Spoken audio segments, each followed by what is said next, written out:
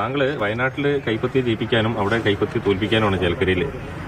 അല്ല, അത് രണ്ട് ഇഷ്യൂ ആണ്.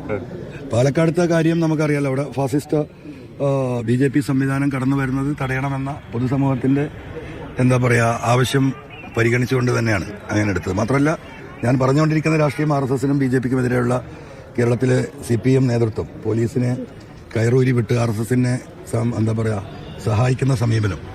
അപ്പോൾ ആ സമീപനം നമ്മൾ അത്രയും ശക്തമായി എടുത്തുകൊണ്ടിരിക്കുമ്പോൾ അങ്ങനത്തെ ഒരു സാഹചര്യത്തിൽ പക്ഷേ പിന്തുണ കൊടുക്കുമ്പോഴേ പറഞ്ഞിട്ടുണ്ട് ഇനി പാലക്കാട് വന്നിട്ട് പിന്മാറണം എന്ന് പറഞ്ഞാൽ നടക്കില്ല എന്ന് പറഞ്ഞിട്ടുണ്ട്.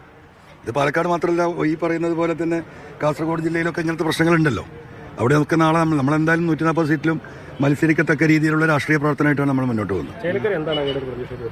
ചേലക്കര നമ്മൾ വലിയ മുന്നേറ്റം ഉണ്ടാക്കിയിട്ടുണ്ട്, വലിയ അടിയൊഴുക്കുണ്ട്. ആളുകൾ പറയുന്നത് ഞങ്ങൾ വിജയിക്കുമെന്ന് തന്നെയാണ്. അപ്പോൾ എന്തായാലും 20,000 വോട്ട് തൊട്ട് മേലോട്ട് ഏത് വോട്ടിലേക്കും വരാം. 20,000 വോട്ടിൽ പുറകിലേക്ക് പോകില്ല എന്നുള്ളത് 100% എനിക്ക് ഉറപ്പാണ്. അല്ല, ഞാൻ ഫലത്തെ നമ്മളെ ഫലം നോക്കിയാൽ പോരെ.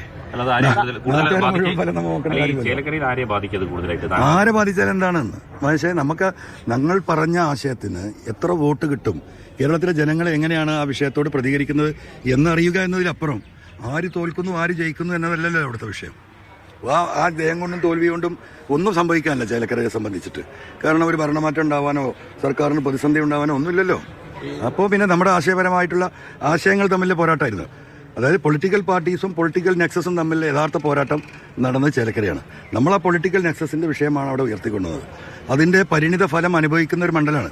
കാരണം K. രാധാകൃഷ്ണൻ 10-30 വർഷം അവിടെ ഇരുന്നിട്ട് എൻ്റെ വ്യക്തിപരമായിട്ട് നല്ല സുഹൃത്താണ്. പക്ഷേ അദ്ദേഹത്തിനോടുള്ള ബഹുമാനം പോലും കുറഞ്ഞു പോകുന്ന രീതിയിലാണ് അവിടുത്തെ കോളനികളുടെ അവസ്ഥ, ഗ്രാമീണ റോഡുകളുടെ അവസ്ഥ, കുടിവെള്ളത്തിന്റെ അവസ്ഥ, പ്രത്യേകിച്ചും SC കോളനികൾ. സത്യത്തിൽ ഞാൻ ആഫ്രിക്കയിലൊക്കെ പോയിട്ട് വലിയ പ്രയാസങ്ങളുടെ കണ്ടിട്ടിലാണ്.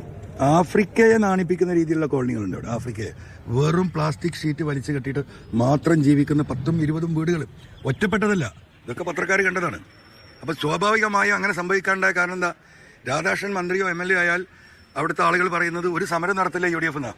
രാധേട്ടനെതിരെ സമരം നടത്താൻ UDF നേതൃത്വം തയ്യാറായിട്ടില്ല എന്നാണ് പ്രവർത്തകർ പറയുന്നത്. അപ്പം രാധേട്ടനുമായി ബന്ധപ്പെട്ട് സർക്കാരിൽ നിന്ന് എന്തെങ്കിലുമൊക്കെ നേടാൻ അവിടുത്തെ UDF നേതാക്കൾ അണികളല്ലേ പറയുന്നത് നടത്തിയ ആ ബാന്ധവം. അതാണ് ഞാൻ ഈ പറയുന്ന നെക്സസ് പല രീതിയിലാണ്.